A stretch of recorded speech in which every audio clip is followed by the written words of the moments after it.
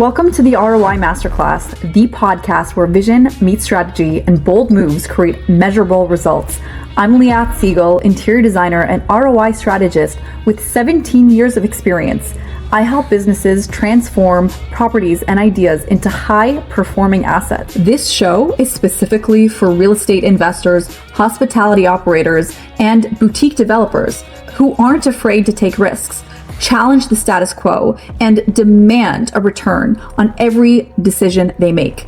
Each and every week, we talk with innovators and leaders across industries about the strategies and the insights and really all the unconventional thinking that turns potential into profit every single time. If you believe that smart design, decisive leadership, and strategic risk are the keys to real ROI, you're in the exact right place. Let's dive in.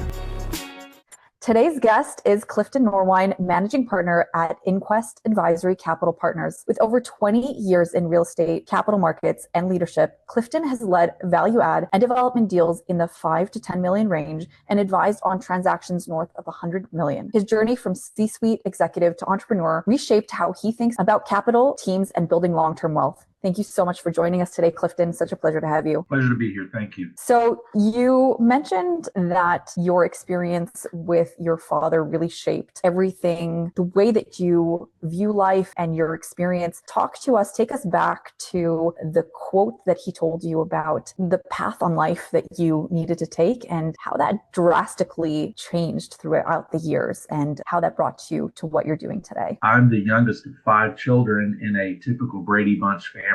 My father was a Navy pilot, later CEO of the helicopter Textron. I wouldn't say militant, but very disciplined in how he approached life. And as long as I could remember growing up, my father said, get a good education, get a good job, and everything will be okay. And, I followed that mantra. I graduated summa cum laude from school and 5 years in college and got my first career job and kind of worked my way through and then eventually ended up at American Airlines in the executive department. And, I thought, boy, this is it. I've got it made. I've got a great career job with a legacy company. I've got a pension. I've got stock options, brilliant benefits. This is amazing. I'm going to be here for 30 years. I'm going to work my way up corporate ladder, maybe be CEO someday.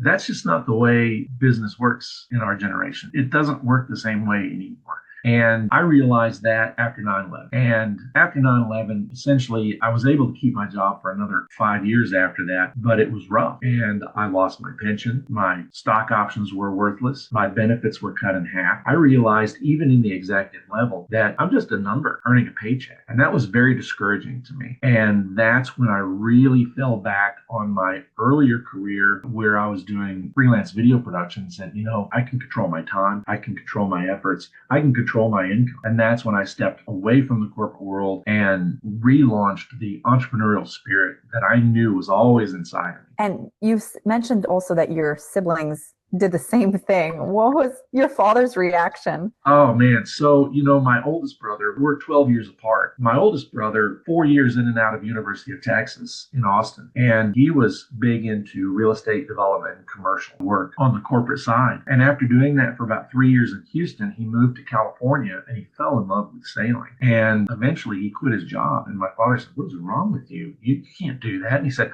I'm going to start my own yacht club and marina. And my dad thought he was nuts. He said, there's no way you're going to make money running around on sailboats. Well, my brother eventually moved to Seattle and had a very successful yacht club and marina, which to this day is still operational. And, that was the first entrepreneurial breakout of the family. And then, strangely enough, my sister did it and my next older brother did. And, all of us are out of the corporate world now. Wow, that's incredible. Is there any key learnings that you took from corporate into entrepreneurship that did help? Number one, learning how to manage different personalities. When you're in the corporate world, you work with a wide variety of people, different walks of life, colors, shapes, sizes, religions, political background, everything. And understanding how to deal with every individual based on their alignment is key to being able to walk into the entrepreneurial world because, again, you're going to work with all kinds of different people. And being able to manage them, understand them, communicate with them on an equal level all the time is very important. So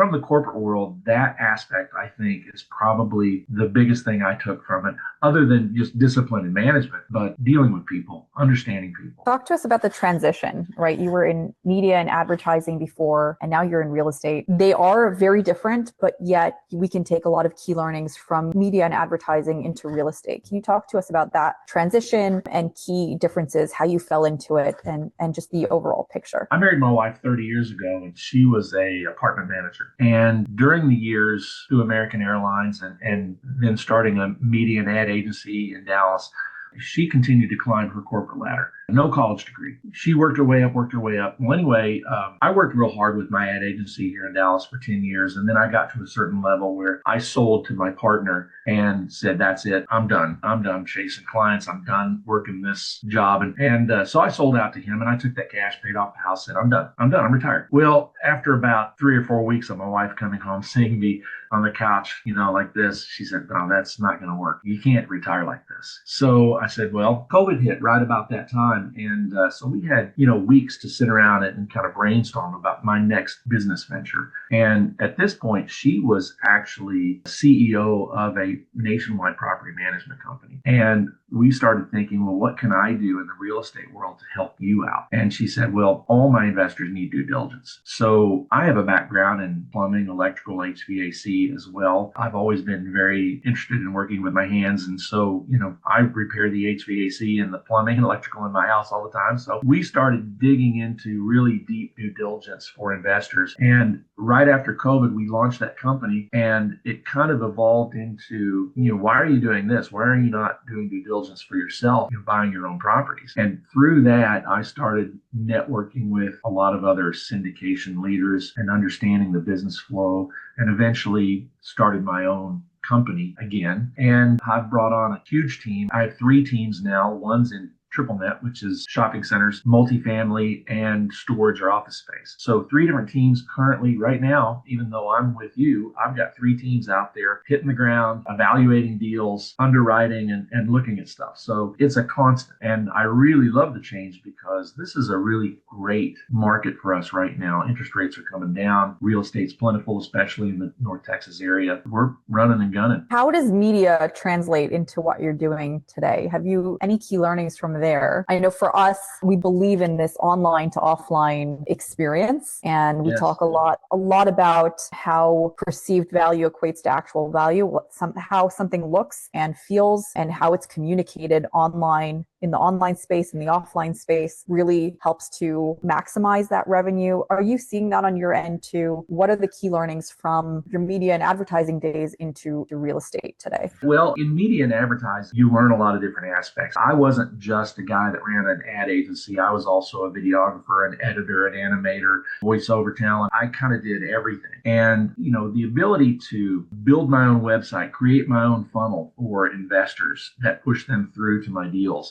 because that's half the challenge is keeping the communication lines open and bringing investors into our world. I think what I learned in my media and advertising days really helps me on the technology end, because I know a lot of syndicators out there that struggle just to send out emails, which sounds crazy, but when you're talking about thousands of emails to investors all over the country, if you're not automated, if you haven't really tapped into AI or into other marketing avenues, like I do short videos, I have some YouTube stuff that I do a lot of different types of communication, a lot of Zoom meetings, and understanding the technology, being able to use it, being comfortable with it, I think has helped me a little bit, give me a leg up, at least when it comes to talking to and attracting investors. Are you seeing that the perceived value equates to actual value in your world? Does it really matter when it comes to shopping centers, multifamily? I know you mentioned that you had an Airbnb. What does that look like on that end? From the hospitality world into the multifamily world, it's a little bit different. Hospitality, we talked a little bit about how you want your particular Airbnb to look to really attract and keep your customers coming back. In the multifamily world, it's pretty much just you keep things simple. People appreciate wood floors, decent countertops, and some nice appliances. It's pretty simple. That pretty much drives the multifamily side. Now, on the other side, like shopping centers and storage, there's really not much to do there other than find a deal that has a good return on investment. So our value really comes from underwriting more than the aesthetic aesthetic look of the property, because sometimes the biggest gold mine is the worst looking property. Absolutely. But it's also the uplift that that worst looking property can have. Because like in underwriting, I found, and I'd love for you to speak to this, in underwriting, I found that with capital expenditure, there's no way to know what upgrades are going to map to what ROI. There's a lot of understanding of, we can guesstimate this, this, and that. But I've seen that when it comes to upgrades, well, I don't know what flooring is going to,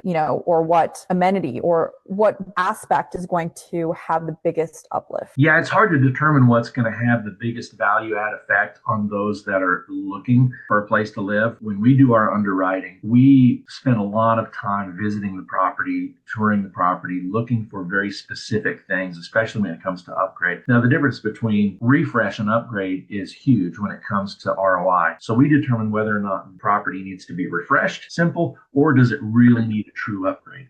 And when we underwrite it, we do that very specifically. We have contractors in our back pocket by the dozens. We take them with us so they can look at things and say, yeah, you really need to do this. You need to replace this. And then we get bids so that when we go into the lender, we know exactly how much money we need. There's no, let's just take $500,000 in capital expenditure and just stick it in the, that costs money. That affects our investors' return on investment. So if we really only need $100,000, that makes a huge difference in not only our capital raise, but how much return our investors get on that investment. So if we can do it, or if we can do the underwriting and make it work out that we spend exactly what we said we were going to spend, that always works out good. And our underwriting model is geared toward those very specifics. Or spend less. My goal is always to say, okay, how can we increase, revenue by doing X, Y, and Z? Maybe, one of the investors we had on our show was talking about, fencing in the garden apartments, right? Mm-hmm. And just having an area for the dogs to rent out in the morning. And you could charge an extra $100 a month for that, plus, pet insurance. And so that small increase in rent, that value add to them that they would love, meant millions in increased NOI. There are strategic ways, like when you're evaluating, and I think that it goes beyond, something that we're pushing very hard with our clients and with our colleagues, is that it doesn't just come from the construction side of things. I believe that though design has gotten a bad rap just to be, aesthetics, it's also strategic planning in that, and seeing what can we do. It doesn't have to look like $1 million, but it can look really good and save a lot of money and help to bump the rent so that you can have that, that uplift. Yeah, let's go back to relationships. In the corporate world, you build relationships to build your corporate identity. And in our business, we build relationships with contractors. I have one contractor that I've had a relationship with for 20 years. And when I need like garden fences, or we're in Texas, we need parking structures, I can get it done for pennies on the dollar. But the return on investment is massive, because I can build 150 covered parking spaces on a property, charge $100 a month for that, especially in Texas with the hail and the heat. People love that. They compete for the parking spaces that are covered. We can pay for that in less than a year. And then it's just straight profit, NOI, bottom line profit from there on out. It's a fantastic return on investment. I know a lot of syndicators that go out and just hire whoever they call, get 3 bids, take the lowest bid, and they spend 3 times as much as I do on parking structures or even roofing. So it's relationships. And once you have been around the block a time or two and you build those relationships, you can get those things done a lot cheaper, which is great. Yeah, exactly. And it's also systems, right? And knowing and having in your back pocket, these are the things that are going to provide the highest ROI. Let's have a checklist and make sure that we're hitting all those things, and know that each and every single property we go to, we've crossed all of our T's, dotted all of our I's, and we know that we're maximizing rents. And ultimately, I find that there's less turnover too. Like when you have better quality, materials and less maintenance calls, which also is huge in lowering, operating costs as well. And that's absolutely, because a lot of properties we deal with were built in the 70s. They've had some structural rebuilding. So, typically that comes along about 20 years. So in the 90s, they've had a good refresh. When we buy a property like that, we're looking at that second refresh. And if we can get it done for, fairly cheaply, but increase the odds that our residents are going to stay, especially if all it takes is, hey, let's tear out that old carpet that was put in 1990. Let's put some nice hardwood flooring in here. would you mind, spending 3 days at a hotel while we do the work? You send them out, you do the work, they come back, they sign up for another year lease. That's brilliant for the NOI, especially for investors. As long as you're maintaining that occupancy rate above 90, 95, which is the ultimate goal, that's worth it. And coordinated colors, like you'd be shocked to see a lot of people they'll just, pick a certain flooring or certain lighting or, the standards. But if you're spending that same exact money and you're putting a little bit more intentionality into it, it goes a long way in communicating that value. We hire painters that come in, instead of just whitewashing the whole unit, we request that they do two-tone color. So the walls are one color and then all the trim is another color. It takes a little longer. It's a few more bucks, but guess what? In the end, it's a refreshed property or a refreshed unit that people really enjoy being in. It's not just, you walk in and go, man, this place is really whitewashed. I hate whitewashing interior. So making it plain Jane. Yes. So dark floors, nice trim, and then a decent color on the walls. And the next thing you know, people come in and say, this looks so much nicer than the property down the street, even though it's newer. Attention to detail makes a lot of difference. And countertops and vanities. Yeah, countertops for sure. And vanities, What are you seeing right now is the biggest challenge in the market? I know that you're saying that interest rates are coming down, but we've gone through quite a challenging time since 2020. I mean, it's been a roller coaster. It was very high and then, it dropped. What are the challenges that you're seeing right now and how are you navigating them? Interestingly enough, what we're finding is all the property owners that purchased when interest rates were 1.5%, 2% are coming to the end of their interest only terms. And they're finding themselves all of a sudden with their debt service doubling, sometimes tripling. And these are the folks that are selling and they're desperate to sell. So that's good for us because now we can get in at an interest rate that's honest and real. I mean, 3% and 2.5% was never real. It was never sustainable. 6% is what it's been as long as I've been alive. That's been a pretty standard rate. So we're finding that there's plenty of properties to go around. Unfortunately, the competition out there is massive. Syndications have popped up everywhere and people have discovered that this is a great way to build legacy income. It's not a get rich quick scheme. It's not money overnight. It takes time, it takes work, and it takes waiting. And we're finding that we go in and we find a good deal. Well, guess what? 10 other syndications have found the same good deal, and now we're competing. And how do we compete against them? We offer a really strong team, strong closing. We also offer a huge series of tax benefits to our investors that a lot of syndicators just say, hey, I need your money. We're saying, hey, we don't need your money. We want to help you save money on your tax. That's a huge advantage to us. We're not approaching investors as we want your money. We're approaching investors as how can we help you save money? You also said that capital is a huge issue as well. How are you navigating that? Capital raise is probably what kills more syndications than any. Understanding that you need to provide something more to your investors than just asking for cash is really the key. And like I said, if we're approaching high net worth individuals who could invest in any product out there that they want to, we bring them our team and we also bring them an opportunity to build legacy wealth while eliminating taxes almost entirely, which is a huge draw to high net worth individuals who say make $500,000 a year or more, $1 million a year, and they've got a lot of cash sitting around in 401ks or IRAs that they don't know what to do with. It's just sitting there. And we give them a vehicle. We show them a way to do it. And I think that helps us above some of our syndication competition. Can you give us insight into what those vehicles are for saving with taxes? A real simple one. I was at a car show and I go to car shows quite a bit because I love sports cars and antique cars. And you're talking to a guy who's standing next to brand new Murcielago and he spent more on that car than I did on my first house. And we get to talking and eventually it comes back to, well, what do you do for a living? I say, I help high net worth individuals create legacy wealth tax free. And they're like, what? How? And then I show them the vehicles, how to do that. And this is a real simple one, but a lot of these guys have a lot of money in self-directed IRAs. And those self-directed IRAs aren't doing anything with their money. It's just sitting there. It's not earning anything. It's not building any capital. If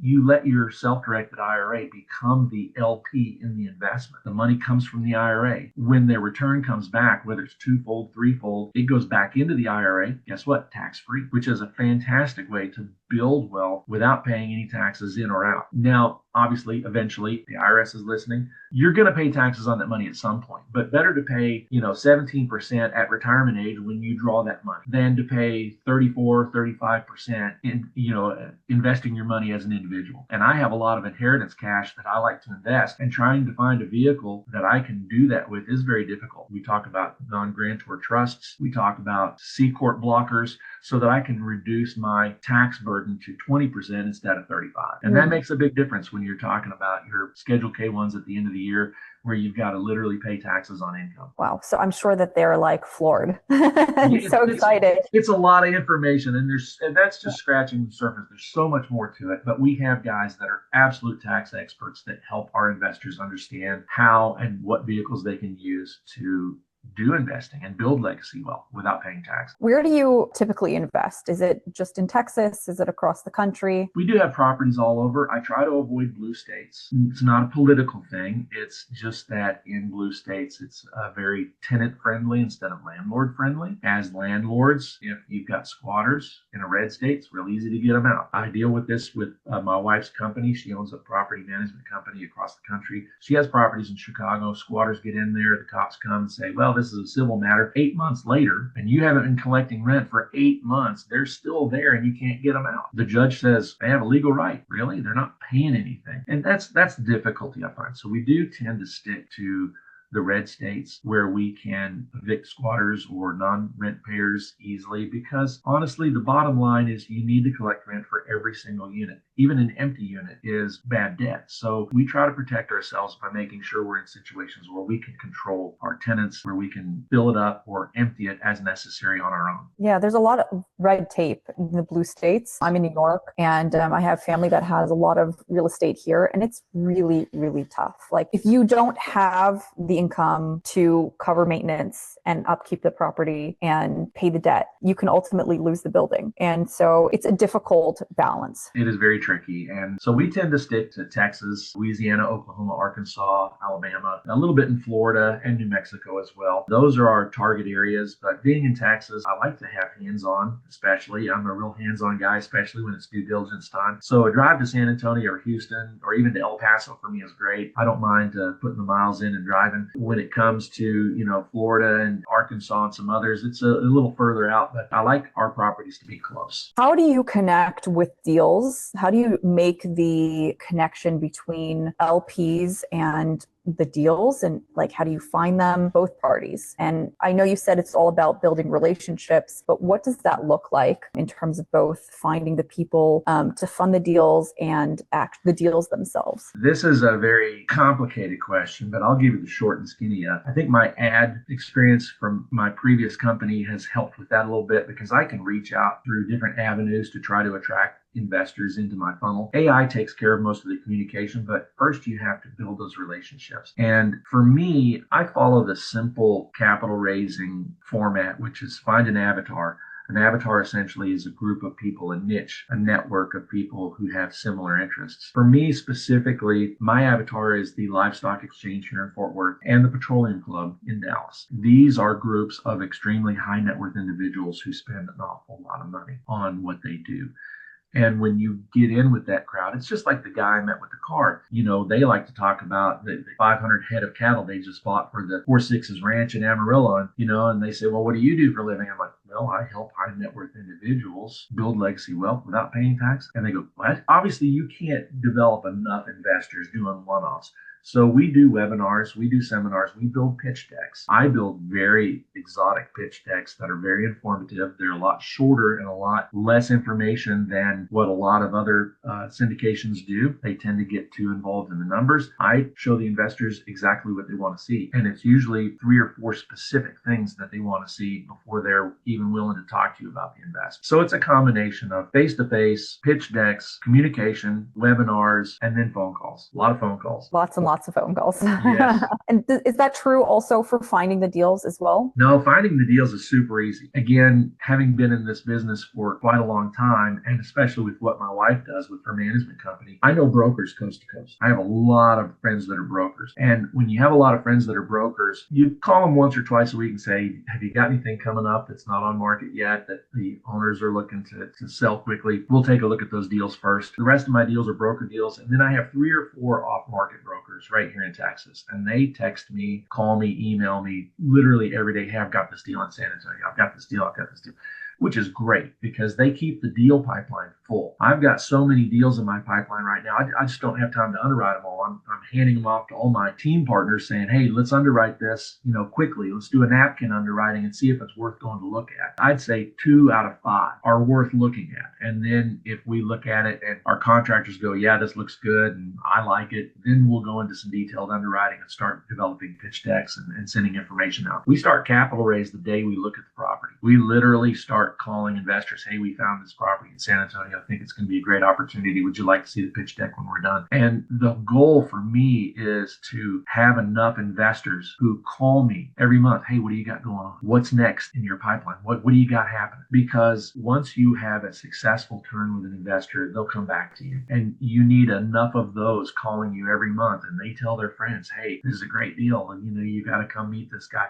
That's how you start really growing your capital raise business. And that's where syndications typically fail, is they tend to not nurture those relationships. It's literally all about the relationships. Yes. Because at the end of the day, I love to say about ROI, it's not just about the money, it's about the people. And there's an ROI in the relationships, not just on a financial level, but on a personal, and just being fulfilled in what you do day to day. Because what is it worth without having quality people around you? It's worth everything, because without capital partners, there is no business. And, the capital partners are looking for that return on investment. So if you can provide them that and they trust you, they like your team, bingo, there's a relationship worth, hey, you want to go play golf this weekend? We can talk about this project I got going in Houston. Yeah, let's do it. Fantastic. Yeah. So some of my biggest investors are some of my best friends now. And, we were worlds apart, in the personal world, but as investment partners, we're right there, which is great. I love it. Can you leave our audience with your 3 top tips if they're looking to invest in a property? What should they look for? Well, obviously,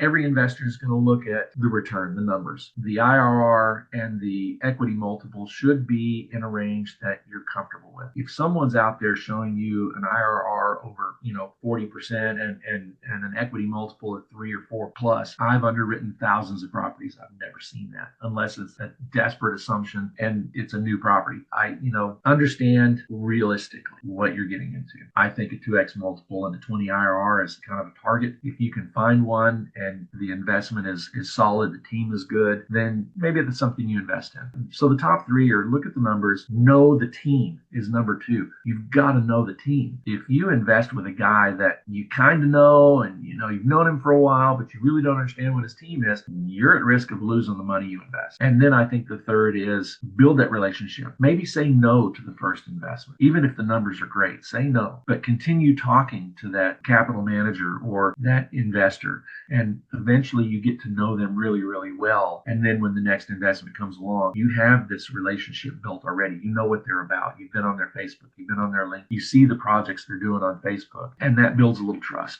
And then you can be more comfortable with your investment when it comes around. Thank you so much for all your insight, Clifton. Can you tell our audience where they can get in touch with you if they'd like to reach out? It's pretty simple. InquestAdvisory.com. It'll lead you down a rabbit hole for sure. So we have a full investment website, which will lead you to funnels. If you're interested in investing there, you'll find yourself clicking, and eventually you'll enter your email and your phone number and your name, and we'll get back in touch with you. We'll talk about investments. Amazing. We'll put your information in the show notes. Thank you so much for joining us. Such a pleasure to have you. Thank you very much.